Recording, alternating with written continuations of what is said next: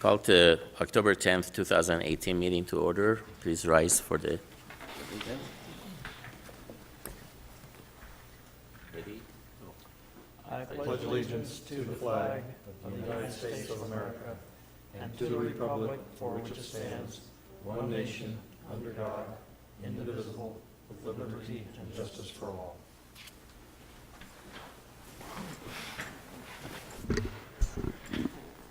Roll call, please.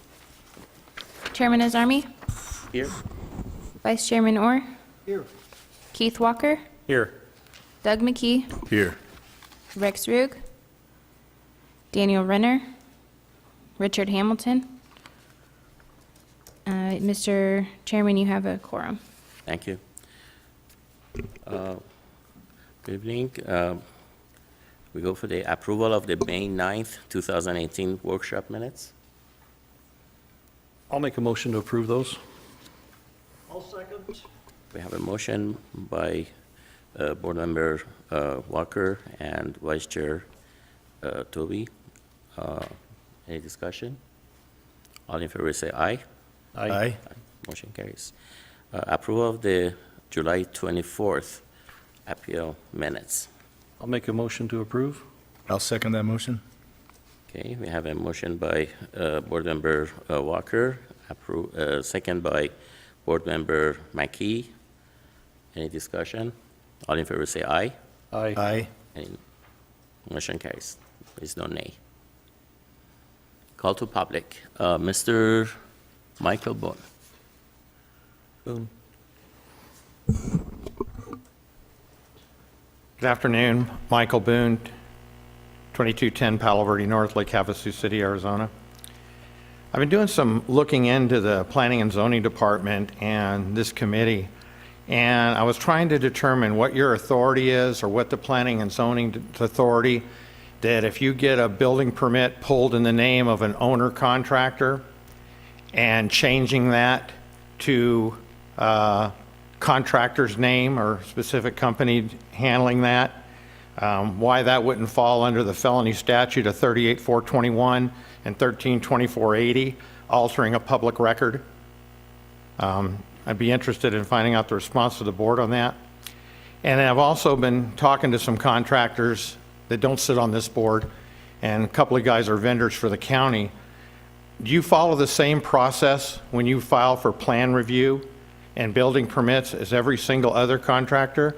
Or are you given a fast track in order to get your project online quicker? Thank you. Okay.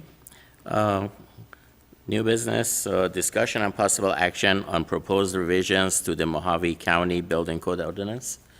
We have that copy of the revisions in front of us. I'm sure that you have the time to review it.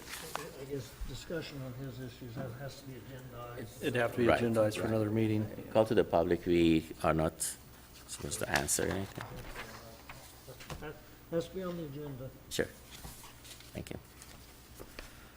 Okay, so item number 1, discussion and possible action on proposed revisions to the Mojave County Building Code. Director Walsh? Chairman Azarmi, members of the board, thank you. Item number 1 is a proposal to make a few revisions within the Mojave County ordinance. It's been made aware that there were some discrepancies between the ordinance and the job description for the chief building official. So what these changes intend to do is basically bring the ordinance in line with the job description. The changes that you'll see basically on page 4 is a bulk of the changes. Basically, it adds the phrase under the administrative direction of the Development Services Director, the chief building official, and then it continues with those authorities that were granted to the chief building official. And that's in line with the job description that basically states that the chief building official will work under the administrative direction of the Development Services Director. A couple additional changes were more for clarification. In item number section 4A2, basically, the phrase was added. What this does is it basically says that the chief building official shall formulate and adopt policies and procedures to implement the provisions of the code. And it goes on to say that those policies and procedures will not have the intent of waiving anything, but it was also, basically, at the end, we've added, nor shall they have the effect of implementing requirements more onerous than as provided in the reference codes. So basically, limiting those policies and procedures to what's been adopted per the code. And then further on, in section 7, G, there's a phrase, when a property or structure is found to be in violation, it was vague. We clarified that violation of this code, and then it states that the chief building official may have the public utilities disconnected from the property until the property and/or structure is brought into code compliance. And then a little bit further down in section 8C, referring to the advisory board, it adds the development services director as an ex officio member of this board as well, without the voting, without votes. So those are the changes that we're proposing at this time to the ordinance, and I'd be happy to answer any questions. Thank you. We have one speaker, Mr. Boone.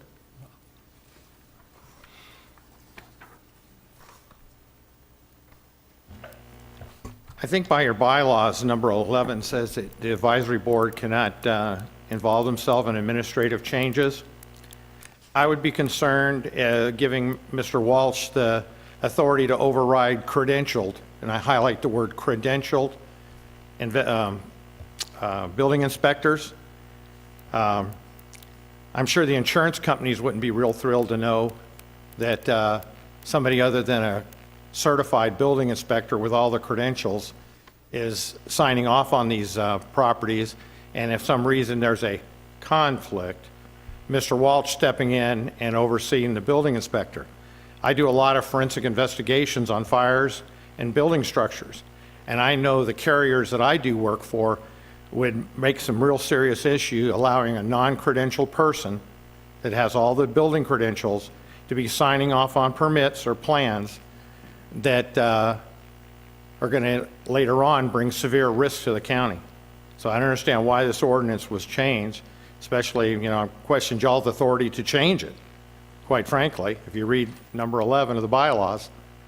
And I think the credentialed building inspector should be the one making the inspections and recommendations, not an administrative bureaucrat that, decides that he likes somebody better than somebody else and with a swatch of a pen, make it different. Thank you. Any question from the speaker? Okay. Hearing none.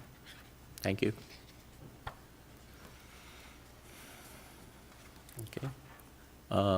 Any discussion? No, Mr. Chairman. Okay. So I guess we are going for the motion. I'll make a motion to approve ordinance 2018-04 as is. I'll second that motion. Chairman Azarmi. As stated, Commissioner Walker, or Board Member Walker. as revised. These revisions are, so the ordinance that's in place is 2018-04. These would be revisions to that. Following your direction, we'll acquire a new ordinance, a new ordinance number, and then take it to the Planning and Zoning Commission. for The their- revisions. Okay, I'll redo my motion. I will make a motion to approve changes as presented to us to move forward to the next body. Okay. And I will second that motion. Second. Okay, we have a first by Board Member Walker and seconded by Board Member McKee. Any discussion? I'll go ahead and, Any discussion? I see in the response to our speaker here. To me, this is not a bad, this is a good thing. It establishes a chain of command, clarifies the chain of command. And in reference to our speaker, there's no perfect system out there. It's easy to, I've been through the gamut in my experience, you know, good experiences and not so good experiences with building jurisdictions. And again, there's no perfect solution to the problems. You're going to, you know, there's always a possibility of favoritism all the way up and down the food chain. We hope that doesn't happen, but you can't, there's no way you're going to prevent it. So my comment on the situation, I think you've done good by clarifying the chain of command. Okay, we have a motion and a second. All in favor say aye. Aye. Any nays? Okay, motion carries. Item number 2, setting of the next quarterly meeting date. Traditionally, we're doing it basically based on the Planning and Zoning Commission, right? So- And that's correct. Pull up my calendar real quick for you. So we're in October right now. Meaning we could look at either another one in this quarter, or we could be looking at the next quarter, which would be in January. But because of the holiday, I'm asking the board, what do you think? Should we go to January? There's nothing major going on. Is there anything? Push it. So let's do it January, right? Phil? Unless, Director, you have anything pressing that needs to be discussed, I mean, No, actually, under the comments and announcements, I was going to share a few of the things that we're working on. And maybe if it's all right, I'll go ahead and address those now, and then Sure. maybe that'll help with that. As you all know, in our last ordinance revision, 2018-04, we added the verbiage of using the 2006 code as an alternate means and methods to the 2012 code. And then what that does is it allows the applicant to either design his plans under the 2012 code or to design under the 2006 code. And in making that transition, that just went into effect last couple of weeks, about a couple of weeks ago. And Gilbert and his staff, they've been looking through the plan review and working with that. And we found a few things that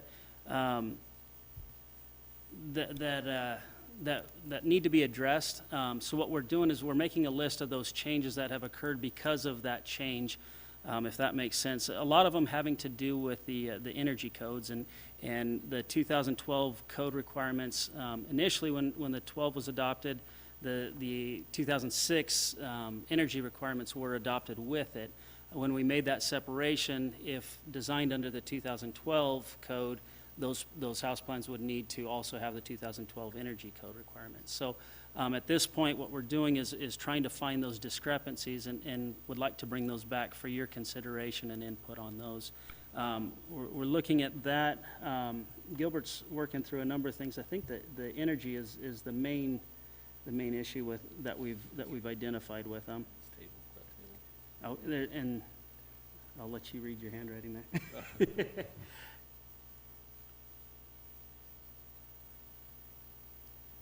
Chairman Ozadi, Commissioners, the table specifically we're looking at is in the IRC, International Residential Code, Table N1102.1.1, and it has to deal with some of the window fenestration ratings, wall R ratings, and some of the, just a lot of the R values of the stuff. There's some differences between the 6 and the 12.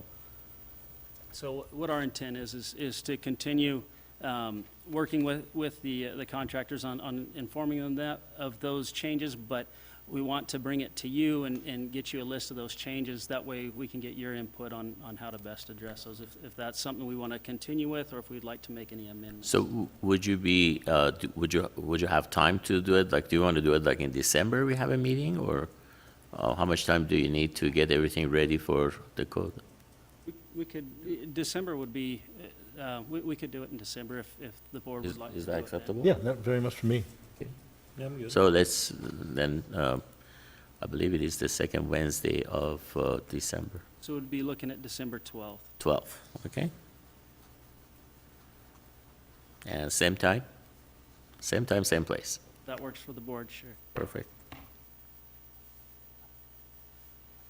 Okay, so that's item number 2. Any comments or any announcements? Director Walsh, do you have anything? Just, add on? If I could, a few more announcements. We've had some issues with some, both our details that we've been presenting to the public, both our garden wall, our retaining wall details. And I just wanted to inform the board that we're working right now on going through our handouts that we have, bringing them all up to date with the codes, and also putting together some checklists in order to bring those current, so that when you come into the counter, you already know what we're going to be looking for. And I say you collectively, basically as any applicant comes in, they can go online to an easy-to-identify location, pull the checklist off, pull whatever handouts that we might have, be able to incorporate those in their drawings so that when they get here, we can get them processed that much quicker. So are you going back to the pre-engineered, the one that you had before, kind of? And what we'll be doing is looking towards having it evaluated. Basically, look at the designs and the garden walls that the retaining walls and the garden walls that we've had in the past, and basically looking at how, are they still applicable to today's standards, and if not, what changes do we need to make to do that? So what I would like to do is we'll work on getting all of our checklists and our handouts up to date, and then present them to you all in that December meeting, and seek any input you might have on those as well. And that way we can get everything tidied up and make things easier for our applicants as they come in. So pretty much it would be a streamlining, the process like it was before. That's our intent. Thank you. Any questions? Any other announcements? At this point, that's all we've got. I've got a few other things, but I think will be better addressed as we bring those checklists and items to you in December, and kind of go through all of those. Okay. Any comments, please? Mr. Chairman, not for me. So with that, we can have a motion to adjourn. I'll make a motion to adjourn. We have a motion to adjourn. Second. We have a second by Board Member. All in favor, say aye. Aye. Okay.